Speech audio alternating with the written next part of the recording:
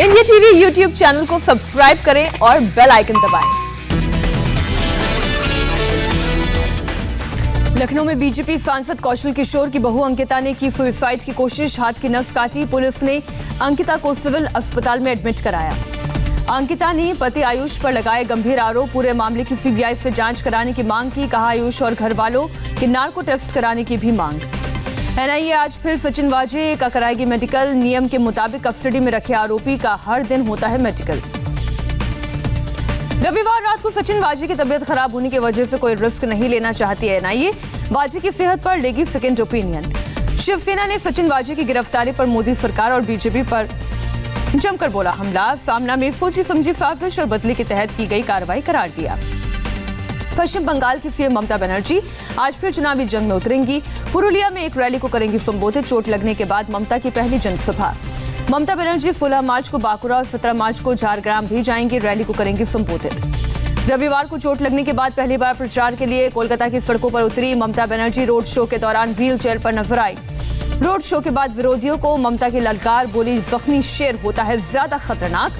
Wheel chair पर पूरे बंगाल का दौरा का ऐलान किया। ममता को चोट मामले में चुनाव आयोग की कार्रवाई। विवेक सहाय को सिक्योरिटी डायरेक्टर के पद से सस्पेंड किया। 1 हफ्ते के अंदर आरोप तय करने के निर्देश। चुनाव आयोग ने पूर्व मेदिनीपुर डीएम का भी ट्रांसफर किया। स्मिता पांडे को नया डीएम बनाया। एसपी प्रवाणी प्रकाश को सस्पेंड कर सुनील यादव को नया एसपी बनाया। ममता की चोट को चुनाव आयोग ने माना हादसा। कहा ममता बनर्जी पर नंदीग्राम में नहीं हुआ था किसी तरह का हमला, हमले के नहीं मिले सबूत। इंडिया टीवी से बातचीत में बोले गृह राज्य मंत्री किशन रेड्डी, ममता ने चोट पर गलत आरोप लगाकर बहुत कुछ खोया है। किशन रेड्डी ने कहा ममता को व्हील चेयर पर कैंपेन करने का नुकसान होगा, जनता की सहानुभूति नहीं मिलेगी। अमित शाह के बंगाल और असम दौरे का आज दूसरा दिन। बंगाल के झारग्राम और रानीबंध में चुनावी सभा, शाम में गुवाहाटी में टाउन हॉल कार्यक्रम में होंगे शामिल। गृह मंत्री अमित शाह ने रविवार को पश्चिम बंगाल के खड़गपुर में किया रोड शो। 200 से ज्यादा सीटें जीतने का किया दावा। अमित शाह ने कहा कि बंगाल को सोनार बांग्ला बनाएंगे, बीजेपी ही लाएगी असल परिवर्तन। बंगाल में तीसरे चरण चुनाव के लिए बीजेपी ने उतारे 27 उम्मीदवार, 4 मौजूदा सांसदों को दिया टिकट।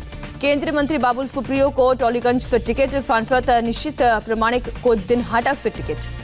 अलीपुरद्वार से अर्थशास्त्री अशोक लहरी को टिकट। राज्यसभा सांसद स्वपन दास गुप्ता को तारकेश्वर से टिकट। एक्ट्रेस पायल सरकार को बेहाला ईस्ट से बीजेपी का टिकट। अभिनेत्री तनुश्री चक्रवर्ती हावड़ा श्यामपुर से लड़ेंगी।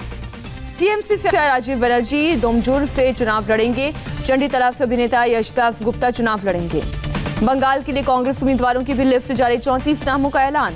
पश्चिम बंगाल के मुर्शिदाबाद में 16 बम बरामद, पुलिस के बम स्क्वाड ने डिफ्यूज किया। असम में आज बीजेपी अध्यक्ष जेपी नड्डा की 2 रैली। लखीमपुर और सोनितपुर में चुनावी सभा को करेंगे संबोधित। बीजेपी ने असम के चुनाव प्रचार में झोंकी ताकत। मध्य प्रदेश के मुख्यमंत्री शिवराज सिंह चौहान की आज 3 चुनावी सभा। रविवार को असम के राजीरा की रैली में अमित शाह का राहुल पर हमला। कहा राहुल के कंधे पर बदरुद्दीन अजमल बैठे हैं, जहां अजमल वहां घुसपैठ नहीं रुकेगी। शरद पवार का बयान, बीजेपी सिर्फ असम में जीत सकती है, 5 राज्यों के नतीजे देश को नई दिशा देंगे। केरल के मुख्यमंत्री पी विजयन आज भरेंगे पर्चा। धर्मदम सीट से लड़ेंगे चुनाव। 6 अप्रैल को मतदान, 2 मई को गिनती। बीजेपी ने केरल में 115 उम्मीदवारों का ऐलान किया। मेट्रोमैन ई श्रीधरन पलक्कड़ से चुनाव लड़ेंगे। राज्यसभा सदस्य केजी अल्फोंस कनियापल्ली से बीजेपी उम्मीदवार रहेंगे। 4 सहयोगियों के लिए बीजेपी ने 25 सीटें छोड़ी। कांचीपुरम में एमएनएम चीफ और एक्टर कमल हासन की कार पर हुआ हमला। कार्यकर्ताओं ने हमलावर की जमकर पिटाई की, बाद में आरोपी को पुलिस को सौंपा।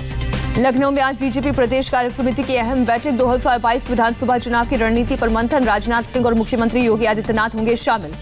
आज और कल देश भर में बैंकों की हड़ताल, प्रभावित हो सकता है कामकाज। करीब 10 लाख बैंकों के कर्मचारी हड़ताल में शामिल। देश में बैंकों के निजीकरण के प्रस्ताव के खिलाफ United forum of bank union के बैनर तले हड़ताल। पिछले 4 साल में सार्वजनिक क्षेत्र के 14 बैंकों का सरकार ने किया विलय। किसानों के समर्थन में मेघालय के राज्यपाल सत्यपाल मलिक बोले कानून के दायरे में आए एमएसपी को खत्म करा दूंगा आंदोलन। दिल्ली से गाजियाबाद जाने वालों के लिए राहत की खबर। दिल्ली से गाजियाबाद जाने वाले नेशनल हाईवे 24 का एक तरफ का रास्ता खोला गया। दिल्ली पुलिस के मुताबिक लोगों की असुविधा को देखकर खोला गया रास्ता। गाजियाबाद जिला प्रशासन से बात करके खोला रास्ता। दिल्ली के बाटला हाउस एनकाउंटर केस में आज होगा सजा का ऐलान। आतंकी आरिफ खान को अदालत दोषी करार दे चुकी है। दिल्ली पुलिस की स्पेशल सेल ने 2018 में किया था गिरफ्तार। हरियाणा में कोरोना के खिलाफ आज मेगा वैक्सीनेशन ड्राइव। आंगनबाड़ी कार्यकर्ता और मिशन से जुड़े हुए लोग घर घर जाकर लोगों को करेंगे प्रोत्साहित। देश में कोरोना की रफ्तार में और तेजी। एक दिन में 26,291 नए मामले आए सामने। 85 दिनों में सबसे ज्यादा केस, 118 मरीजों ने तोड़ा दम। महाराष्ट्र में कोरोना की रफ्तार बढ़ी। पिछले 24 घंटे में 16,620 लोग संक्रमित, 24 घंटे में 50 लोगों की मौत। नागपुर में आज से एक हफ्ते के लिए लगा लॉकडाउन। कोरोना के बढ़ते हुए मामलों को देखते हुए फैसला। पिछले 24 घंटे में 2,252 लोग पॉजिटिव, 12 की जान गई। कोरोना को लेकर मध्य प्रदेश के भोपाल, इंदौर समेत 14 जिलों में बढ़ी सख्ती। महाराष्ट्र से आने वालों की थर्मल स्क्रीनिंग और 7 दिन का क्वारंटीन अनिवार्य। झारखंड में फिर मॉब लिंचिंग की वारदात। रांची में टायर चोरी के आरोप में भीड़ ने पीट कर एक युवक की हत्या कर दी। ग्रामीणों ने युवक को बिजली के खंभे में बांधकर पिटाई की। आरोपियों की तलाश में पुलिस कर रही है छापेमारी। जर्मनी के 2 राज्यों के चुनाव में एंजेला मर्केल की पार्टी पिछड़ती नजर आ रही है। एग्जिट पोल का दावा 6 महीने बाद राष्ट्रीय चुनाव। अमेरिका के शिकागो में पार्टी के दौरान फायरिंग वारदात में 2 लोगों की मौत, 13 जख्मी। अहमदाबाद में खेले गए दूसरे T20 मैच में टीम इंडिया की जीत। इंग्लैंड को 7 विकेट से शिकस्त दी। 165 रन के टारगेट का पीछा करते हुए 18वें ओवर में ही जीत हासिल की। विराट कोहली ने 49 गेंदों में 73 रन की पारी खेली। इंटरनेशनल T20 मैच में 3000 रन बनाने वाले पहले खिलाड़ी बने। डेब्यू मैच में ही ईशान किशन ने सिर्फ 32 गेंदों में बनाए 56 run, man of the match घोषित।